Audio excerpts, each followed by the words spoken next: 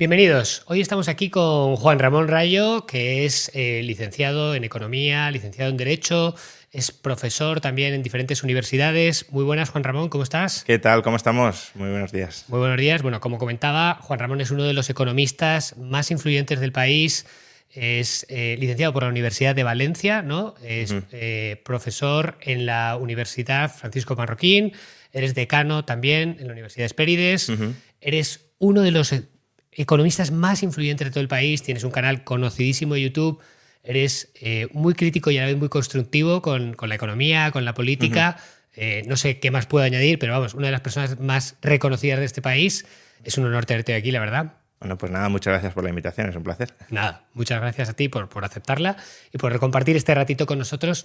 La idea, como sabes, es que aprendamos un poco de ese viaje, de ese recorrido y que la gente también pues, se pueda sentir inspirada, ¿no? por tu trayectoria, que yo creo que es muy, muy interesante. Entonces, si te parece, pasamos ya a las preguntas. Muy bien, a ver, venga, ¿a qué se puede contestar ya que no? A ver, aquí, exacto, vamos a ello. Bueno, la primera es fácil, vamos a empezar. ¿Qué edad tienes? 40 años. 40 años, vale. ¿Y a qué te dedicas? ¿Cómo lo definirías tú? Porque haces muchas cosas. Bueno, soy economista, que tiene la vertiente tanto académica, de desarrollo más teórico y desde luego la parte divulgadora, que probablemente es por la que más se me conoce. Vale, y ahora te dedicas a eso. ¿En algún otro momento has hecho antes alguna otra cosa o te dedicabas a otra cosa, digamos? Bueno, siempre he estado en el campo más o menos o de la divulgación o de la academia. Ha habido momentos en el que el peso ha sido más hacia un lado o hacia el otro, pero bueno, he estado trabajando en periódicos, he estado trabajando en universidades y más o menos eso es lo que, en torno a lo que he ido girando. Vale. Y ahora, bueno, ahora viene una pregunta jugosa. ¿Ahora cuánto ganas aproximadamente? Bueno, gano más que antes y suficiente para vivir cómodamente. Suficiente para vivir cómodamente, ¿no?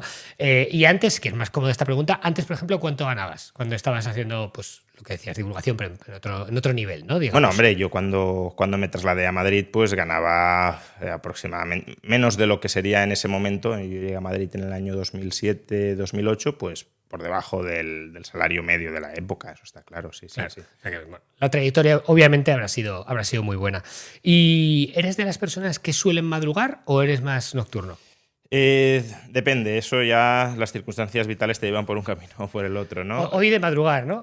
Hoy de madrugar, últimamente también de madrugar, pero durante muchos años he sido muy noctámbulo, de quedarme hasta muy tarde trabajando o simplemente a lo mejor concentrando el ocio en esas horas, pero ahora no, ahora por temas casi personales pues tengo que madrugar. Bueno, normal. ¿Y quiénes son tus grandes referentes? ¿Quién te ha inspirado en este recorrido que has tenido?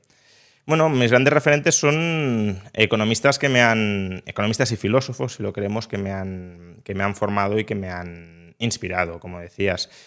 En España, el tutor de mi tesis doctoral, que bueno, mantengo muchas discrepancias con él en ámbitos clave, pero en otros pues es obvio que me ha influido muchísimo, es Jesús Huerta de Soto.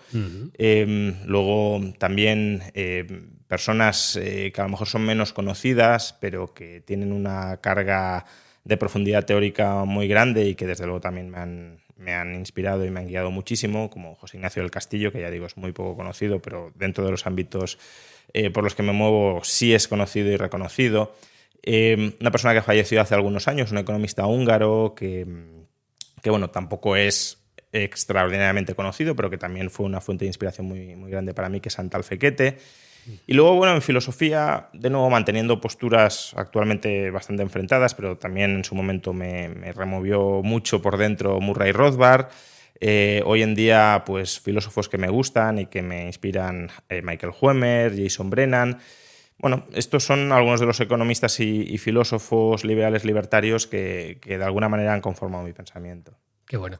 Y a nivel más personal, también ¿tienes hobbies? ¿Practicas algún deporte? ¿Qué es lo que sueles hacer en tu tiempo libre? Si te queda algo de tiempo libre. Que no sé. Sí. Bueno, hobbies sí, yo creo que la gente lo sabe más o menos.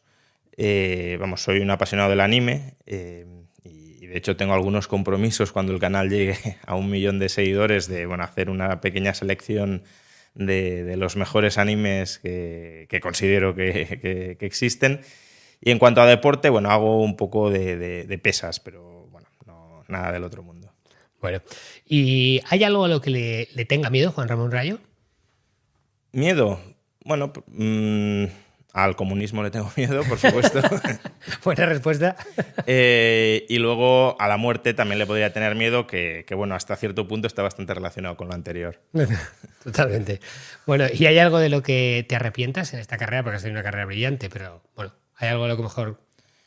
Bueno, al final, como te digo, me muevo entre divulgación y bueno, academia o desarrollo teórico, profundización teórica.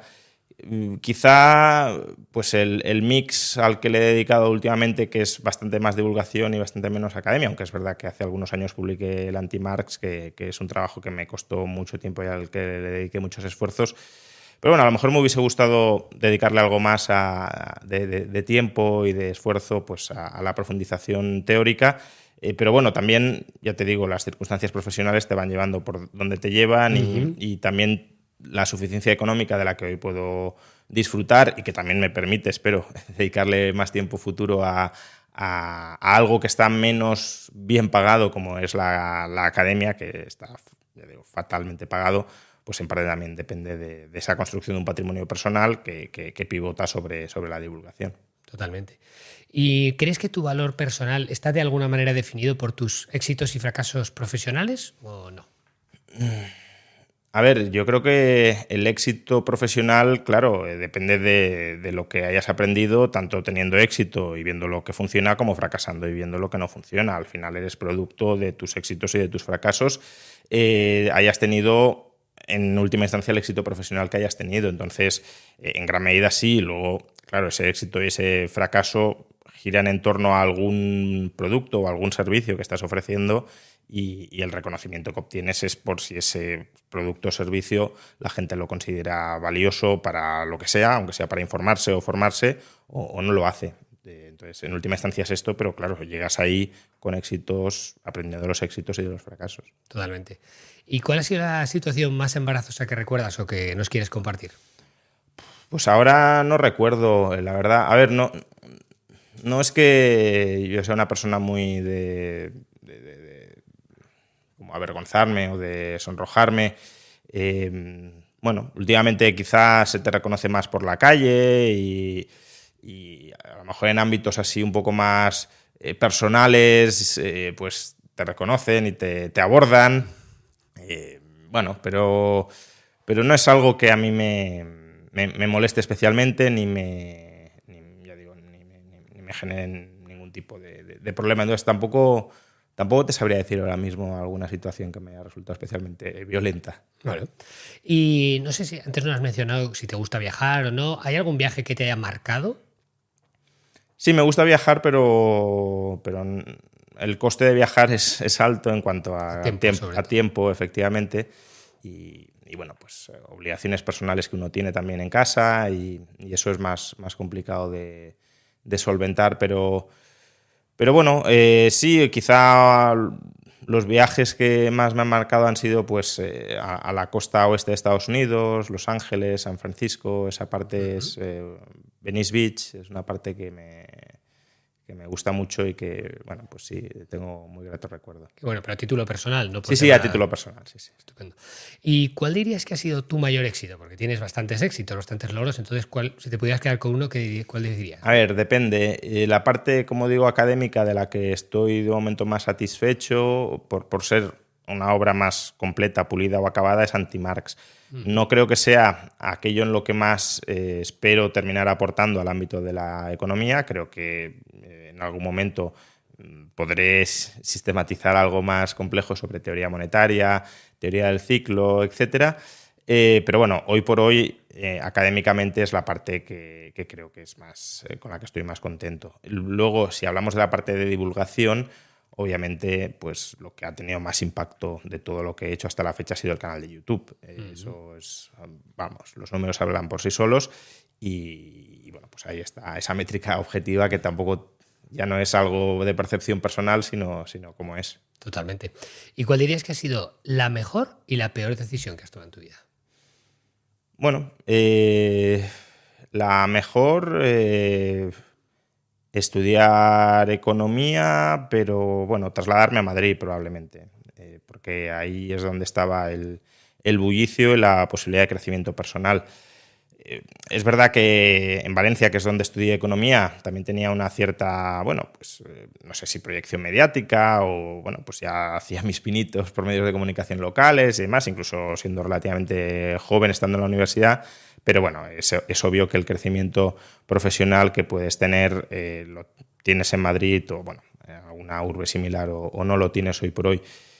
Y la peor, de nuevo, es que tampoco es que esté muy arrepentido por cosas que haya hecho. Yo creo que más o menos estoy razonablemente satisfecho y no veo como un fracaso así muy estrepitoso que haya tomado. Hombre, obviamente te equivocas, pero algo que me reconcoma de lo cambiaría radicalmente, pues no.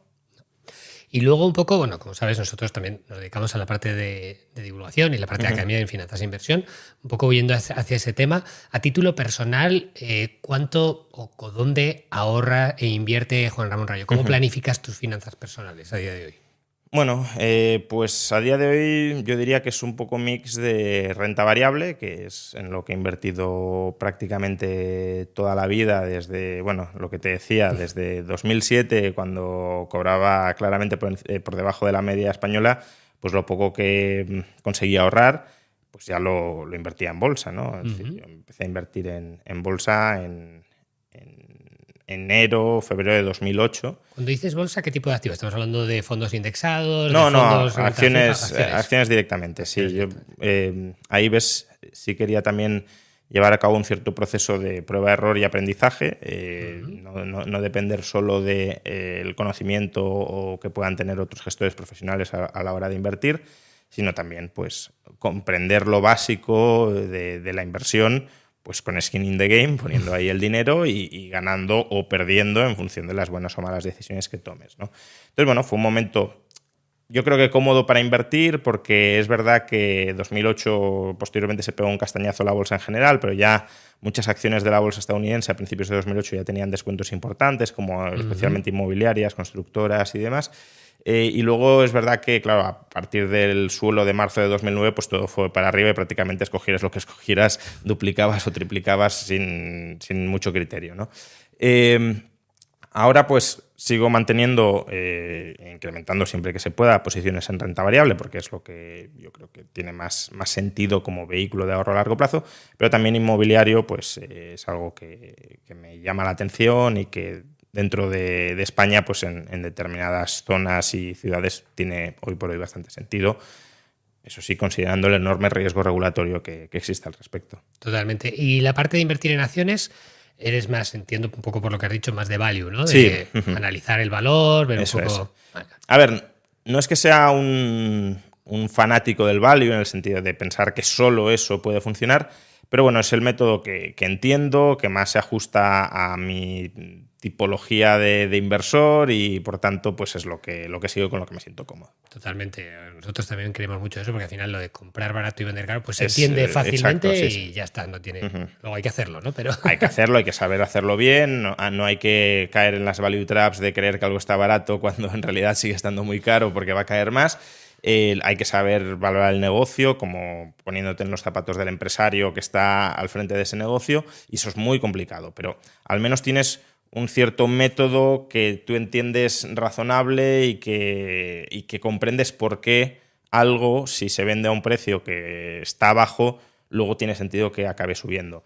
En otros casos que son meramente, de nuevo, yo hablo de lo que entiendo y por tanto de lo que no entiendo que se me disculpe por las barbaridades que pueda estar diciendo, pero que meramente supone un repetir patrones históricos que se presupone que se van a repetir, pues ahí de alguna manera estás más expuesto a esa aleatoriedad que no controlas o que no entiendes o que es más azaroso y por tanto más incierto, y también te expones tú más a saltar del barco precisamente antes de tiempo, precisamente porque no tienes fe realmente en que eso va a terminar recuperando. Totalmente de acuerdo. Nosotros también preferimos ese tipo de inversión porque me parece mucho más lógica, más sensata, más coherente, etcétera, ¿no? Y has hablado sobre todo de inmobiliario, ya has hablado de acciones, renta variable. ¿Qué piensas respecto al oro o al Bitcoin? Bueno, Bitcoin también creo que es una inversión muy, muy interesante, con unas características distintas. Es decir, El momento de despegue y de estallido del precio de Bitcoin ya ha pasado. Obviamente el momento de forrarse con Bitcoin, forrarse de una manera escandalosa si lo queremos, ya ha pasado. Puede seguir teniendo un margen de revalorización muy importante, incluso superior al de la bolsa. Pero bueno, al final no perdamos de vista que el oro y Bitcoin no son activos productivos, o si lo queremos, lo que producen son servicios de liquidez. En la medida en que la liquidez en ese tipo de activos se vaya volviendo más valiosa, pues se van a revalorizar, pero en teoría, y en el caso del oro yo creo que eso es muy claro, en el caso de Bitcoin, como todavía está en proceso de monetización, puede ser más matizado, pero en el caso del oro lo que tiende a hacer es tratar de mantener su poder adquisitivo más o menos constante respecto a una canasta básica de bienes a lo largo del tiempo. Eso te da una cierta posibilidad de arbitraje intertemporal, ¿no? Si en algún momento está mucho más barato con respecto a esa canasta esencial de bienes de lo que estará en el futuro por las políticas inflacionistas de los gobiernos a largo plazo, bueno, puedes arbitrar, pero no es un activo que por lógica tenga que revalorizarse sostenidamente a largo plazo, como si puede serlo la bolsa o como sí lo han sido también históricamente el inmobiliario, ¿no?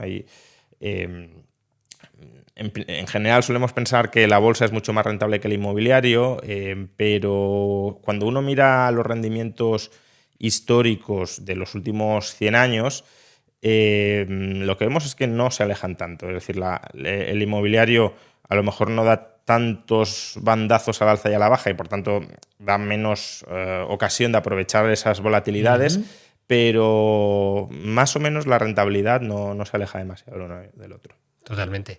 Y respecto al Bitcoin, entonces, ¿crees que todo el mundo debería invertir en Bitcoin o es algo que todavía no lo vemos suficientemente claro? A ver, primero, hay que invertir en un activo si se entiende en ese activo, y además en el caso de Bitcoin yo diría no solo entender el activo, sino también cómo inviertes en él, porque una cosa es invertir en Bitcoin y otra qué tipo de Bitcoin tienes. Puedes tener exposición a Bitcoin y no tener Bitcoins, bueno, lo mismo con el oro, o puedes tener Bitcoin, pero tenerlo de manera muy insegura y por tanto susceptible de perderlo. Entonces, ahí hay que hacer una cierta labor de aprendizaje previo que tiene un coste y supone una barrera para mucha gente a la hora de entrar.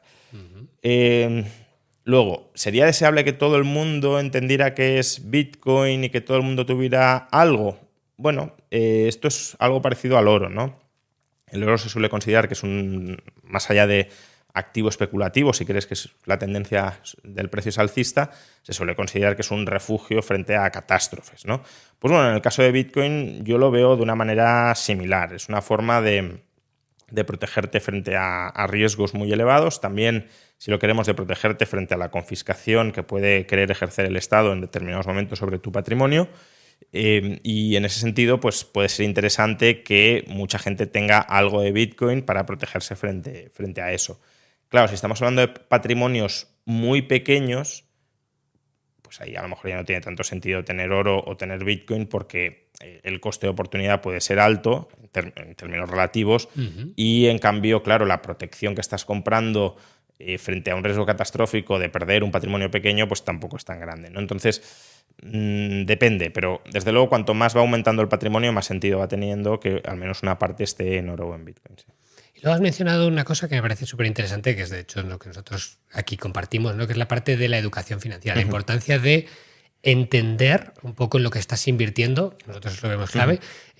¿Cómo ves que es la mejor manera de hacerlo para una persona que está empezando? ¿Cómo ves también un poco la situación en España y por qué no hay más educación financiera, ¿no?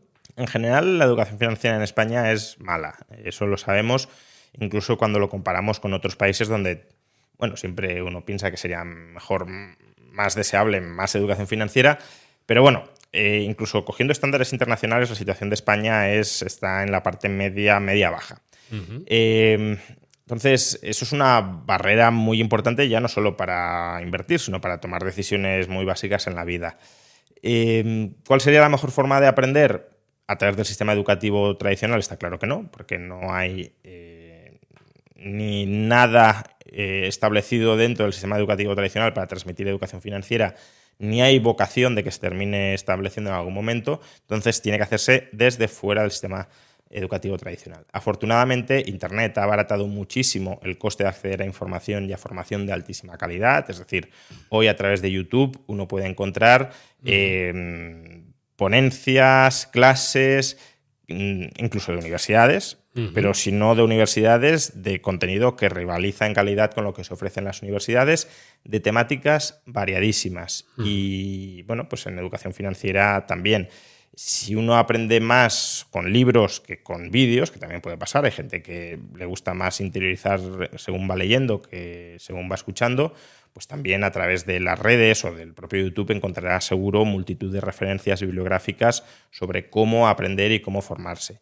Y luego, bueno, puede haber cursos, puede haber academias que estén, bueno, vuestro caso es un ejemplo, pero hay otros, por supuesto, que uno curse precisamente porque ahí el conocimiento ya está más ordenado de antemano, ya está más sistematizado y por tanto va a tiro hecho, ¿no?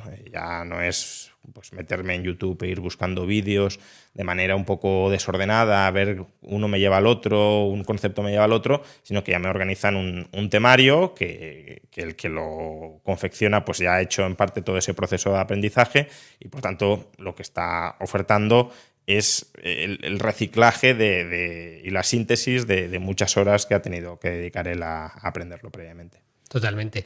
Y para la gente que está empezando, ¿no? Porque muchas veces también es verdad que a la gente le cuesta, nosotros lo vemos, ¿no? El invertir tiempo en su propia educación y formación, ¿no? ¿Consideras que puede ser o puede haber algún tipo de activos o algunas maneras de empezar sin tener que a lo mejor educarse tanto? Porque evidentemente en acciones creo que no es el caso, porque ahí sí que necesitas, ¿no? Claro. Pero a lo mejor sí que pues una persona que está empezando podría configurar una cartera con algún tipo de activo sin tener que formarse, ¿o consideras que siempre sería necesario formarse un mínimo? A ver, cuanto menos arriesgado sea el activo, obviamente, pues no sé, si nos vamos al caso más elemental de depósitos bancarios, pues ahí no hay mucho que formarse porque incluso es un tipo de formación, o sea, a ver, sí hay que formarse, pero que es un tipo de formación que ya casi nos llega desde casa porque es el activo que por defecto solemos adquirir, incluso en inmobiliario. Hay algo más de conocimiento disperso en sociedad, porque como el activo tradicional en el que han invertido los españoles ha sido ladrillo, pues bueno, también, ya digo, no es un conocimiento muy sofisticado, pero sí hay en casa algo de conocimiento de, oye, pues busca zonas más o menos buenas, que no se vayan a deteriorar, donde veas que se paguen alquileres que también están más o menos subiendo. Bueno, ese tipo de ideas sí que permean en el ambiente y, oye, no es el sumum de la sofisticación de inversión inmobiliaria, pero es un punto de partida mucho mejor que como se enfrenta muchas veces la inversión bursátil de, bueno, a ver el pelotazo donde lo podemos pegar, las criptomonedas. ¿no? O las criptomonedas, efectivamente. Quizá últimamente sea más escandaloso en el caso de esto llamado los criptoactivos, ¿no? Entonces, bueno, yo es que sí soy relativamente partidario de si uno se quiere meter a invertir en bolsa, claro, si no, pues que lo meta en un fondo indexado y ya está, y que se olvide y que vaya metiendo todos los meses, que entienda un poco la lógica de eso y se acabó. Pero si uno quiere invertir él por su cuenta en bolsa, sí soy partidario de que empiece con pequeñas cantidades, claro, pero más o menos pronto y que se la pegue, porque pegándosela aprenderá y verá lo que no hay que hacer y los errores que comete. Siempre cuando no le coja miedo, que eso es lo que le pasa a la gente muchas veces, que se la pega y luego dice esto no funciona, que ese es el problema. Sí, también existe el riesgo de que dé un pelotazo y se crea el rey del mambo y a partir de ahí tome decisiones muy imprudentes. Efectivamente, todo eso existe, pero bueno, hacer eso dentro de un marco de cierto escepticismo sobre el grado de conocimiento que uno tiene y sobre, por tanto, por qué le salen bien o le salen mal las cosas. Totalmente. Sí, lo que yo creo que la gente también desconoce, en mi experiencia, por lo que hemos visto, es el coste de oportunidad que tienen las cosas. Porque en este caso, muchas veces, por ejemplo, hablas ahora del inmobiliario y hay gente, a mí me pasó, la primera vez que hice una inversión inmobiliaria la hice siguiendo los consejos de mi familia, que nunca habían invertido en un inmueble excepto el suyo propio, ¿no? Y luego, viéndolo en perspectiva, me di cuenta de que he dejado de ganar decenas de miles de euros por haber hecho una inversión mediocre. Claro. Y yo creo que eso es lo que la gente a veces no ve, ¿no? Es decir, oye, he dejado de ganar 40.000 euros por ahorrarme 500 euros en formación. Sí, que no perder Es decir, que tu inversión no se deprecie no significa que no hayas perdido en última instancia, porque efectivamente lo que dejas de ganar por haber hecho una inversión mediocre puede ser muy importante. Puede ser muy importante. Bueno, y volviendo un poco al tema más de tu carrera profesional, para la gente que a lo mejor te está escuchando y que es un auténtico referente, desde donde empezaste hasta donde estás hoy, ¿cómo dirías que ha sido esa transformación y por qué crees que se ha producido? Bueno, yo creo que ha sido, en mi caso, yo lo veo más como una progresión que no tendría por qué haberse dado. Es decir, no estoy diciendo como que sí es obvio que desde que empiezas vas a terminar llegando ahí. No tendría por qué, pero que ha sido más o menos una evolución relativamente progresiva, con algunos momentos de saltos.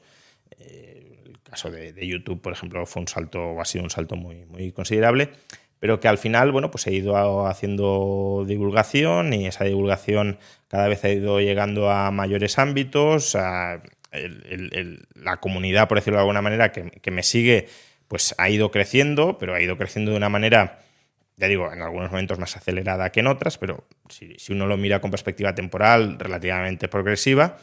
Y bueno, pues si lo que haces más o menos lo haces bien para el que lo recibe y vas llegando a más gente y a esa mayor gente le va gustando, pues bueno, es una forma lógica de crecer. No es que haya pasado de 0 a 1 de la noche a la mañana, ni muchísimo menos. Ha sido fruto, pues, de un trabajo, claro, con perspectiva temporal, ya digo, constante. Yo es que empecé a escribir en prensa local a los 15 años, entonces...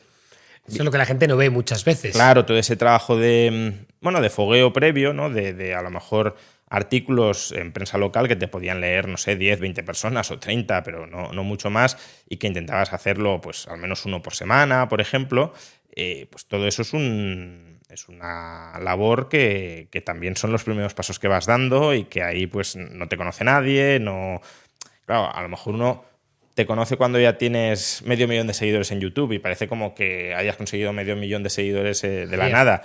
Y no es así, es un proceso muy, muy largo que incluso cuando dices, oye, lo comentábamos antes, ¿no? Yo empecé el canal de YouTube más en serio cuando tenía a lo mejor 25.000 o 30.000 seguidores, porque previamente pues, subía intervenciones en televisión y demás. Entonces, incluso ahí, claro, esos 25.000 venían de mis intervenciones en televisión. ¿Y yo por qué intervenía en televisión? Pues porque previamente había intervenido en otras televisiones o porque estaba escribiendo en prensa. ¿Y por qué escribía en prensa? Pues porque previamente me habían leído en otras partes o porque había salido en televisiones menos mayoritarias y me habían visto y lo que sea. Entonces, claro, vas construyendo un poco sobre círculos de audiencia o conocimiento que se van volviendo cada vez más amplios. Totalmente. Yo creo que eso pasa mucho, que la gente no lo ve. Antes de ayer estuvimos también en una charla que comentaba Isra Bravo. Decía que llevaba 7 años escribiendo un email al día sin fallar ni un solo día. Y eso es lo que la gente no se da cuenta, que eso es lo difícil. Escribir 365 emails durante 7 años es que te va a dar resultados. Pues en tu caso, no sé cuántos vídeos has podido subir al canal de YouTube. No lo sé, está ahí, no sé si va por 2000 o algo así, pero bueno, sí, es más o menos un vídeo diario. Yo intento subir todos los días un vídeo, no necesariamente un vídeo que haya grabado ese día, aunque normalmente sí, pero bueno, siempre tienes por ejemplo, esta entrevista, pues la subiré y eso contará como vídeo diario desde mi punto de vista, ¿no? Es decir, que hoy ya he subido algo de contenido. También pues si doy conferencias o cuestiones similares, pues eso cuando lo subo, ese día como que descanso de grabar. Pero en general intento grabar todos los días. Sí. Y bueno, la verdad es que es brutal. Y un poco viendo las perspectivas y un poco la parte más política, económica, ¿cómo ves el futuro tanto de España como de la economía mundial y también un poco de la política? Porque van muy de la mano, ¿no? Sí. En España estos últimos años... Desde 2008 yo, por lo menos, sin ser economista, veo que prácticamente el salario que tenía en 2008 es el mismo que la gente tiene hoy y evidentemente la inflación pues ha subido un poquito, ¿no? ¿Cómo está la situación? Sí, a ver, en los últimos 15 años ha habido un estancamiento más o menos general de los ingresos per cápita. Es verdad que a gente le habrá ido mucho mejor, a otros mucho peor, pero hablamos en términos promedio. Y ahí... prácticamente recuperamos el nivel del año 2007, pues el año pasado o hace 2 años. Es decir, 14, 15 años de estancamiento. Un primer motivo de estancamiento fue la crisis, que fue muy dura de digerir, y luego además la pandemia, pues como que todavía retrasó un poquito más las cosas. Ahora es verdad que la economía está en su conjunto creciendo, pero la renta per cápita no está creciendo demasiado. Crece, pero no a un ritmo especialmente intenso. La economía crece por incorporación de mano de obra, especialmente mano de obra extranjera, y claro, si tienes más gente trabajando y produciendo dentro del país, pues el país en su conjunto produce más. Pero la calidad de vida del ciudadano per cápita no está despegando a un ritmo que sería deseable, porque al final tienes como que recuperar 15 años que se han perdido, ¿no? Y para mucha gente creo que la perspectiva no es ni siquiera que no esté despegando. Por lo que ves en el sentimiento general con cosas como la vivienda, yo creo que gente está peor en muchos aspectos. Efectivamente. Luego una cosa es que tu ingreso en relación a la cantidad de bienes que produce cada año el país pues pueda estar similar o mejor de lo que se produce, del flujo que se produce ese año, pero luego efectivamente hay determinados gastos que no aparecen en el PIB y por tanto que no aparecen reflejados en renta per cápita, como es, por ejemplo, comprar una vivienda, no de las nuevas que se producen, sino del stock que hay existente, que ahí la capacidad adquisitiva se va deteriorando, porque si no se producen viviendas y la demanda se mantiene o aumenta, en parte aumenta porque, bueno, como digo, el ingreso per cápita no crece mucho, pero algo sí crece, y además hay más gente que demanda vivienda, porque incorporamos más trabajadores nacionales y extranjeros a la economía, pues claro, más demanda, más demandantes y algo más de capacidad adquisitiva con un stock de vivienda dado, pues precios crecientes. Y eso, claro, dificulta la poca ganancia de poder adquisitivo que puedas tener es absorbida o más que absorbida por esos altos precios de la vivienda. Entonces, sí, en ese sentido, un joven hoy está probablemente, en términos promedio, peor que un joven en 2007. No tanto porque a lo mejor el salario real que perciba sea más bajo, pero, claro, cuando le descuentas, por ejemplo, el alquiler, sí es más bajo. ¿Y qué solución podría haber? Porque yo he hecho mucha inversión inmobiliaria, ¿no? Y como inversor inmobiliario, de hecho, cada vez estoy haciendo menos en España, sobre todo para poner viviendas en alquiler, porque la regulación te lo pone complicado, tienes la ocupación, luego te demonizan también, parece que eres el malo, cuando tú en realidad estás cogiendo viviendas a lo mejor que están cerradas. Yo he comprado viviendas que yo a 15 años cerradas que no estaba, y las estoy reformando y poniendo en uso. Sin embargo, te ponen como el malo de la película, ¿no? ¿Cómo vemos esto? ¿Cómo podemos solucionar? Claro, lo que comentas es casi una cuestión preliminar, ¿no? Es muy complicado que un determinado tipo de actividad florezca en un país si se demoniza especialmente ese tipo de actividad. Esos son unos costes sociales, casi reputacionales muy, muy claros que tiene y que además sabemos que influyen en las decisiones que se toman, porque a su vez generan, lo que mencionaba antes, riesgo regulatorio. Si una actividad está muy mal vista, tarde o temprano los políticos le van a meter la zarpa para contentar a esas masas furiosas con los que desarrollan esa actividad. Entonces, claro, lo que hace falta en España en materia de inmobiliario es muchísima más inversión para transformar vivienda no usable o no habitable en vivienda habitable y para construir nuevas viviendas. Es decir, hace falta aumentar la oferta. Si la demanda crece mucho, pues hay que aumentar. O sea, que regular los precios no. Regular los precios no, porque regular los precios lo que hace es reducir oferta y aumentar demanda, y lo que hace falta es aumentar la oferta muy por encima de la demanda. Pero lo que comentaba, de alguna manera hay que dignificar el tipo de actividades dentro de este sector para no criminalizarlas. Es decir, que el casero puede ser el enemigo si ese casero lo que está apoyando es que no se construya o que se restrinja a la competencia, por supuesto. Es decir, el casero puede ser malo, pero un casero que se dedique a invertir, que además no esté a favor de que otros inviertan en el sector, que lo que quiere es que haya todavía más oferta de inmuebles, pues ese casero no es tu enemigo, ese casero es tu amigo. Y el enemigo, ya digo, será el casero que busque privilegios y sobre todo el político que le conceda esos privilegios y que al inflar los precios restringiendo la competencia pues esté empobreciendo al inquilino. Algo parecido tengo también la sensación de que pasa un poco con los empresarios, ¿no? Ahora lo hemos visto, por ejemplo, con lo de Valencia, criticando cuando hacían donaciones, etcétera. ¿Cómo podemos cambiar esto? Porque yo soy y he sido inversor inmobiliario, soy empresario y como bien dices, al final te dan ganas de irte. Yo, de hecho, me acabo yendo de España, entre otras cosas, porque yo veía que la situación política y social era muy adversa y me sentía, pues eso, criticado, menospreciado, y al final dices, pues yo no tengo por qué estar aguantando esto, ¿no? Sí, a ver, una de las tesis de por qué se dio la revolución industrial, cuando se dio y dónde se dio, es precisamente porque floreció una cierta dignificación del comercio y de la empresa en una época donde hasta ese momento pues, comerciar no era visto como algo digno, sino como algo despreciable, que se tenía que realizar casi a escondidas y para gente innoble, y lo mismo con emprender, lo mismo con innovar. Entonces, es verdad que si tú criminalizas o estigmatizas dentro de una sociedad determinadas actividades que son necesarias y positivas para esa sociedad, ese tipo de actividades se van a desarrollar mucho menos y por tanto la sociedad va a salir perjudicada.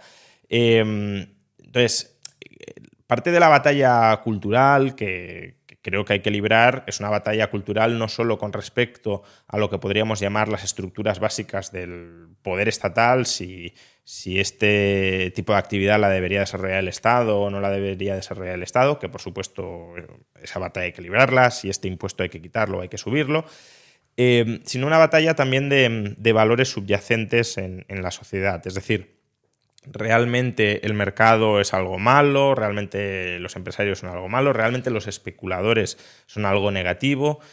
Porque todas esas visiones o cosmovisiones sobre qué es la sociedad, cómo funciona la sociedad, cuáles son los efectos de las acciones que toman y decisiones que toman estas personas, luego termina configurando las interrelaciones que se entretejen en esa sociedad y también cómo la política termina influyendo sobre ellas. Totalmente. Y ya por ir un poco cerrando, a nivel de futuro, ¿no? ¿Qué inversiones pueden ser interesantes de cara a futuro? Porque, bueno, está ahora la inteligencia artificial, que ha hecho mucho ruido, está también todo el tema del blockchain, criptomonedas, criptoactivos.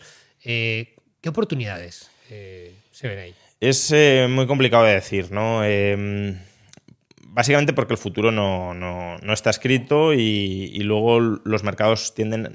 O sea, una forma de intentar adivinar o de intentar intuir cuáles pueden ser es fijarte en lo que los mercados hoy están anticipando. Entonces, claramente hoy los mercados anticipan, pues tiene mucho hype con inteligencia artificial.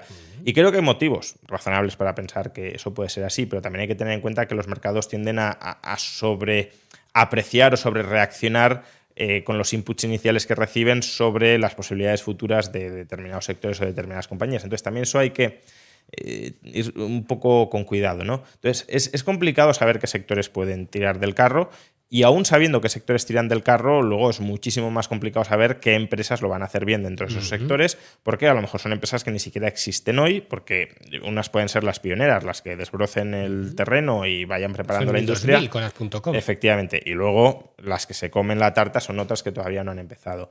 Entonces, bueno, por eso a mí hasta cierto punto me gusta más el value, porque es una modalidad más conservadora, quizá con menos potencial si lo haces bien que otras, que es, bueno, pues conocer justamente cuál va a ser el próximo Amazon, cuál va a ser el próximo Google, el próximo eso es Facebook. Casi apostar al caballo ganador, es un poco más eso. Claro, ¿no? pero eso es muy complicado y además requiere, yo creo, más dosis de suerte que... No digo que sea todo suerte ni mucho menos, pero desde luego hay un componente de suerte mucho más notable que en el caso del análisis value. Totalmente. Bueno, pues y ya por ir cerrando, ¿qué consejos le darías a esas personas que, jolín, te ven como un referente, que se sienten inspiradas y que pues querrían llegar a donde estás tú o hacer algo parecido o dedicarse a esto, ¿no? ¿Cómo empezar? Porque hay gente que dice, claro, lo que hemos dicho antes, joder, Juan Ramón es que está ahora aquí y tal, pero claro, seguramente a ti hace 15 años no te imaginabas estar a lo mejor donde estás desde ahora. luego. A ver, consejos, pues primero que les apasione lo que hacen, porque el segundo consejo que voy a dar es está absolutamente condicionado a que te apasione lo que haces. Constancia. Como digo, si no te apasiona lo que haces, no vas a ser constante, vas a buscar en todo momento excusas para escaquearte, o incluso aunque no te escaquees, la constancia es incluso más allá de tener una rutina como, oye, todos los días voy a hacer esto, es hacer incluso más de lo que habías planificado hacer en muchos momentos e incluso tu rutina, que sea una rutina siempre de mínimos y que puedas ir más allá de esa rutina. Y claro, para eso, para que te nazca hacerlo, necesitas que eso que haces te apasione. Entonces, con constancia, sobre un área que te apasione, ya sea para divulgar sobre ella o ya sea para profundizar sobre ella, le vas a dedicar tiempo, dedicándole tiempo terminarás más o menos controlándola o siendo experto, entre comillas, en ese campo, y siendo experto y diferenciándote, porque al final eres experto sobre algún campo específico, no sobre absolutamente todo, pues claro, si te vas volviendo experto en un área muy específica, en esa puedes aportar un valor diferencial al que seguramente no estén aportando otros porque sean expertos en otros campos y por tanto por ahí pues, la sociedad te puede empezar a valorar eso que haces. Totalmente. Bueno, y ya sí, por último, si nos puedes dar algún nombre de alguien que creas que a lo mejor sería interesante que también entrevistásemos en el canal, pues alguien que sea también un referente, sobre todo en el mundo o de las finanzas de inversión o del emprendimiento, ¿no? Pero que pueda inspirar a otra gente también pues, con su historia personal. Bueno, pues dado que hemos hablado de Bitcoin y dado que estamos también ahora lanzando programas de Bitcoin y demás, creo que Álvaro de María, que es una, desde luego, referencia dentro del mundo de Bitcoin, sería una persona muy adecuada para ello. Fenomenal, pues hablaremos con Álvaro a ver si le apetece también pasarse por el canal. Será un placer. Pues esto es todo, muchísimas gracias, Juan Ramón. Ha sido un auténtico placer charlar contigo, la verdad. Espero que tú también hayas disfrutado tanto como yo. Muy bien, sí, desde luego. Ha sido un placer. Espero que podamos repetir en algún otro momento. Genial. Muchas gracias.